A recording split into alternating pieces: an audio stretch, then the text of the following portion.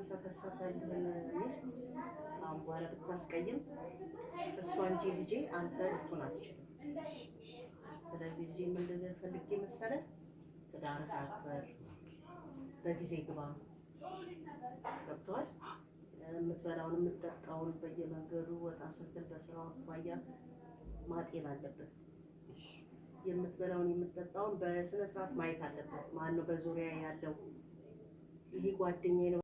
ሰላም ሰላም፣ ውድና የተከበራችሁ የዩቲዩብ ቤተሰቦቻችን እንዴት ናችሁ? እኛ ጋር እግዚአብሔር ይመስገን ደህና ነን።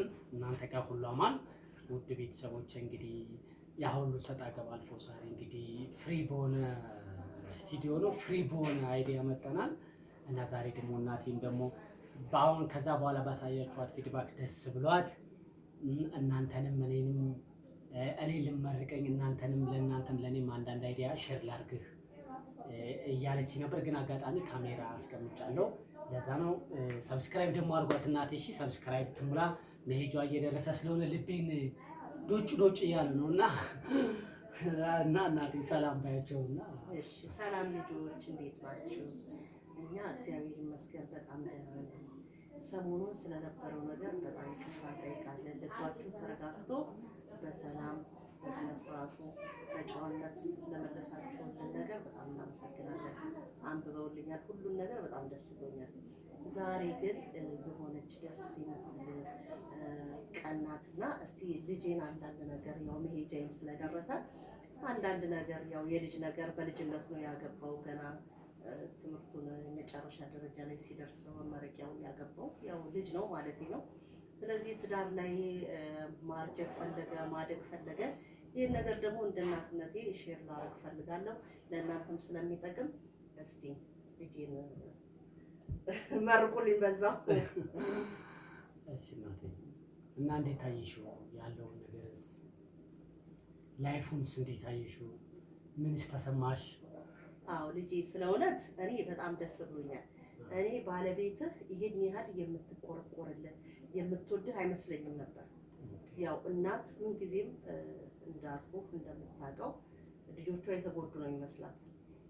ግን ጠለቅ ብለህ ስታይ የውጭ ሰው ደግሞ ስለዛ ሰው ሲመሰክር እውነቴን ነው የምልህ እኔ ለራሴ ለካ ይሄም አለ ወይ እስከምል ድረስ ነው የገረመኝና በጣም ደስ ብሎኛል። ግን የምነግርህ ልጄ የሚወድህን ሰው እንዳታሳዝን። የሚወድህን ሰው አክብር፣ ስራህን አክብር፣ የሚወድህን ሰው አክብር። የሰውን ነገር አትመኝ፣ በሰው አትደገፍ። የራስህ የሆነ ነገር እንዲኖርህ፣ በሰው እንዳትታሰር። አንዳንድ ጊዜ የሰውን የሚመኝ ሰው በሰው የሚደገፍ ሰው የቁም እስረኛ ማለት ነው። በራስህ ተማምነህ በራስህ የምትቆምበትን እንጀራ እንዲሰጥህ ቤትና ትዳርህን ቤተሰብን አክብር። ሌላው ደግሞ ያው እንግዲህ መሄጃዬ ስለደረሰው ነው እንዲህ የምልህ። እኔ ራሱ እንደዚህ ስነግርህ አሁን ውስጤ የሆነች ባር አለችኝ። እኔ የምሞትም ነው የመሰለኝ እና ምንድነው ልጄ ከስራ ሰዓት ውጪ ቤትህን አክብር፣ ጓደኛ አታብዛ። በዚህ ዘመን ይሄ ዘመን ክፉ ጊዜ ነው። አንደኛ ያለህን 5 ትሁን 10 ከሚስትህ ጋር ሼር አድርግ። እንዲህ የምትንሰፈሰፈልህን ሚስት አሁን በኋላ ብታስቀይም እሷ እንጂ ልጄ አንተ ልትሆን አትችልም። ስለዚህ ልጄ ምንድን ፈልጌ መሰለህ ትዳርህ አክበር፣ በጊዜ ግባ። ገብቶሃል?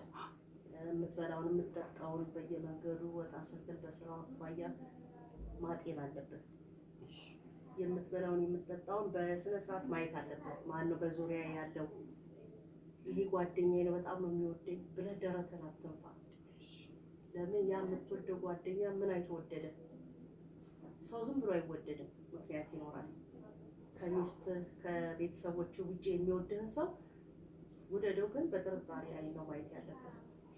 እና እናንተም ስደት ላይ ያላችሁ ልጆች እነሱንም መከሪልኝ መርቂልኝ። ደግሞ እኔ ውጭ ሀገር ሄጄ ባላውቅም ግን ያው ያንተ ሚስት ውጭ ደርሳ ነው የመጣችው እና ቶሎ ይከፋታል፣ ሰው ሲናገር ደስ አይልም ምናምን ነገር ላይ በዛ ነው እኔ ትንሽ ቅር ያለኝ። ለምንድን ነው የማትታገሰው? ግን አሁን ገባኝ። ስደት ያላችሁ ልጆች ከምንም በላይ ትዕግስት ወሳኝ ነው ለሰው ልጅ። በተለይ እዛ ኖራችሁ ወደ ኢትዮጵያ ስትገቡ በጣም ጸባያችሁ ከኢትዮጵያ ሕዝብ ጋር አይመጣጠንም እንጂ አሁን እኔ የልጄ ሚስት የእውነት ጠልቻ ሳይሆን የምታሳየኝ ባህሪ ደስ አይለኝም ነበረ። አሁን ግን ተረዳኋት፣ ወደድኳት።